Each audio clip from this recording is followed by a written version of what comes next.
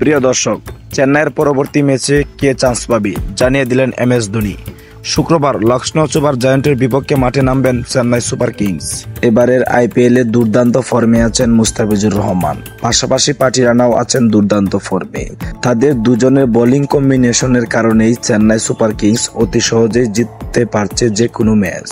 বিশেষ করে মুস্তাফিজুর রহমানের কারণে জিতেছেন বেঙ্গালুরুর বিপক্ষে ম্যাচ এবং পাতি রানার কারণে জিতেছেন মুম্বাইয়ের বিপক্ষে ম্যাচটি।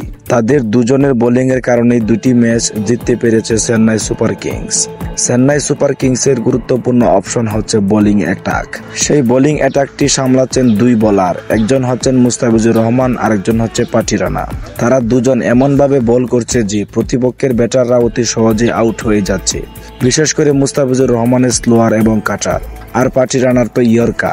তিনি এমনভাবে ইয়র্কার মারে যে ব্যাটাররা পরাস্ত হয়ে যায়, এবং মুস্তাফিজুর রহমান এমনভাবে স্লোয়ার ও কাটার মারে যে মুস্তাফিজুর রহমানের বলগুলো খেলতে গেলে ক্যাচ উঠে যায়।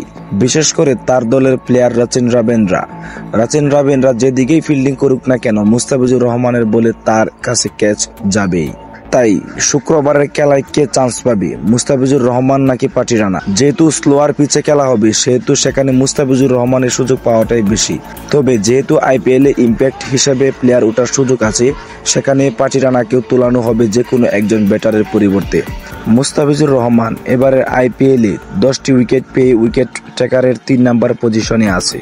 তার পাশাপাশি 1 নম্বরে আছে জাসপ্রীত বুমরা। তিনি এবারে IPL এ খুবই দুর্দান্ত ফর্মে আছেন। তবে আশা করা যাচ্ছে এই মুস্তাফিজুর রহমান শুক্রবার ম্যাচে লখনৌ সুপার জায়ান্টের বিপক্ষে আরো 3টি উইকেট পেয়ে তাকে টপকে যাবে এবং আবার পার্পেল ক্যাপের মালিক হয়ে যাবেন আমাদের মুস্তাফিজুর রহমান। সুপ্রিয় দর্শক, খেলাধুলার নতুন ভিডিও পেতে আমাদের চ্যানেলটি সাবস্ক্রাইব করুন এবং আমাদের পাশেই থাকুন।